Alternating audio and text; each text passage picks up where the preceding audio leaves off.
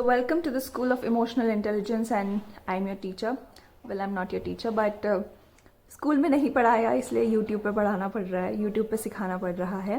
But this is a great skill to have, you know, using your emotions, not running away from them, not getting over them. जैसे conquest और power की बात होती है वैसा कुछ करने की ज़रूरत नहीं. It's just like a signal. ठीक है, अगर आपको रोड पर सिग्नल दिखते हैं रेड, ग्रीन, येलो, आप उनको जाके कॉन्कर करने की ज़रूरत नहीं है. But just because our mind perceives them as something bad or something wrong with us, that is the time when it becomes a problem. जैसे हम हैप्पी इमोशंस के साथ तो बहुत कंफर्टेबल है, बट जब कोई डिफ़िकल्ट इमोशन आता है तब हम लोग अच्छे से उसके साथ डील नहीं कर पाते. जैसे मैंने पता नहीं कहीं पढ़ा था कि नीम की गलती नहीं है कि वो कड़वा है, वो हमारी ज़ुबान है जिसको मीठा पसंद है.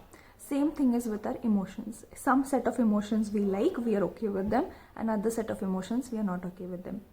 वेल, हमें ऐसा लगता है कि कोई इमोशन है जैसे गुस्सा, शेम, गिल्ट, अगर हम इसके साथ ढंग से डील नहीं करेंगे तो सोशली ये अच्छी बात नहीं है. सही बात है, अगर गुस्से में आप किसी को वॉयलेंटली मारपीट करते हो, जैसे पेरेंट्स कभी कभी बच्चों के साथ करते हैं, वो हमेशा के लिए उनके साइकी पर बहुत बुरा असर कर जाता है वो चीज़. इसीलिए एंगर के साथ डील करना ज़रूरी है, but anger in itself is not bad. Okay, so hence we need to understand each emotion and know how do you deal with it. जैसे मैंने कहा, हर एक इमोशन एक वेव की तरह है, हमें राइड करना आना चाहिए, because it will just come and it will go. But अगर आपने उस टाइम पे उसको अवॉइड करना शुरू कर दिया, ओवर थिंक करना शुरू कर दिया, it's never going to go and you are going to keep it inside, trapped in your body, trapped in your psyche. We don't want to do that. So आज की वीडियो में कौन से emotion discuss करेंगे? We will discuss guilt and shame. ठीक है, ये बहुत कॉमन इमोशन है और हम तो बहुत आराम से बोलते हैं कि तुम्हें शर्म आनी चाहिए ऐसा करने के लिए, ये करने के लिए, वो करने के लिए. कोई इंसान आकर अगर सच बताता है या ये बताता है कि उसको एक्चुअली में कैसा लगता है अबाउट समथिंग, हम उसको ब्लेम और शेम करने लगते हैं.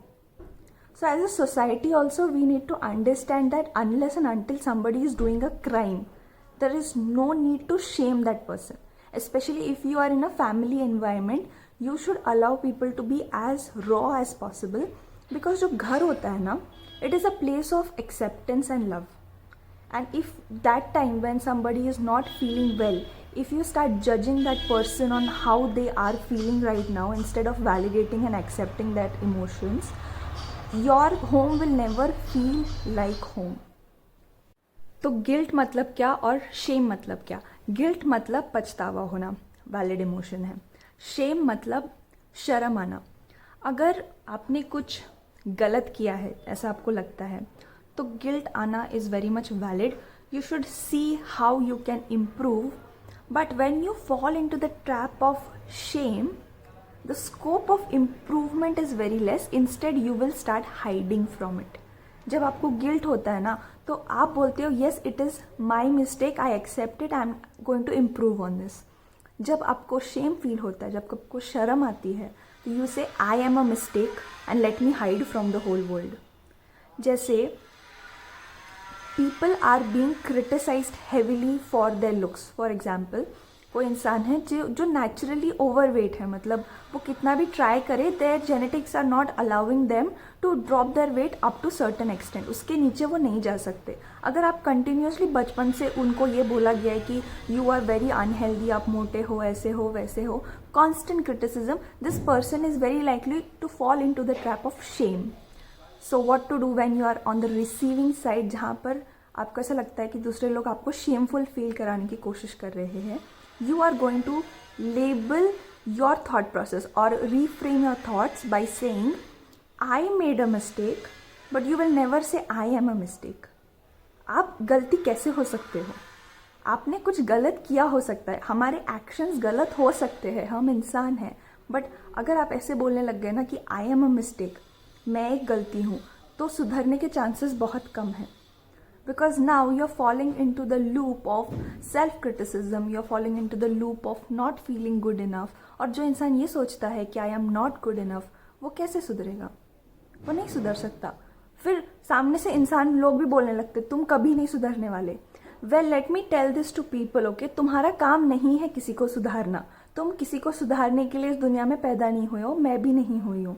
As a life coach I am educating you, creating awareness regarding certain emotions. But क्या आप लोगों को सुधारना मेरी रिस्पॉन्सिबिलिटी है? नहीं है। अगर आपको लगता है कि मेरी लाइफ में मुझे अगर मैं ऐसे ऐसे एक्शंस को चेंज करूँ तो मैं सुधर जाऊंगी और मेरी लाइफ अच्छी हो जाएगी, तो आप वो खुद से कर लोगे। ये इंसान का नेचर होता है और इस बात को मैं समझती हूँ।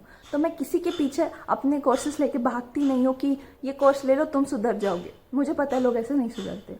People change when they are willing to change. So ये जो विलिंगनेस है that yes if I make a mistake I am going to improve on that and I'm not going to fall into the trap of shame, that will create a lot of difference in your life. And if you have fallen into the trap of shame, you are going to use an affirmation that works wonders, and it is from a book that you can heal your life. And the affirmation is you are perfect, whole and complete. आप अपने आप में पूरे हो, बहुत अच्छे हो। ये क्रिएशन इतनी इंटेलिजेंट है कि किसी को बिना काम का नहीं बनाया है, तो आप एक गलती नहीं हो। You are the creation of this most beautiful creative energy, जिसे शक्ति कहा जाता है, जिसे डिवाइन फेमिनिन कहा जाता है, जो एक्चुअली इस दुनिया को चलाती है।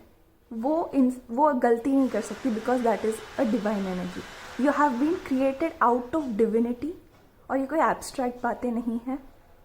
Okay, you created out of divinity, so you can not be a mistake. This is how you deal with guilt and shame. None of them is invalid. But अगर आप खुद को शेम के लिए छुपा के रखते हो सारी दुनिया से और अपनी जो अच्छाइयाँ है उनको शेयर नहीं करते, then yes you are making a big mistake. You are avoiding life. Live life, do not avoid it. Stay tune for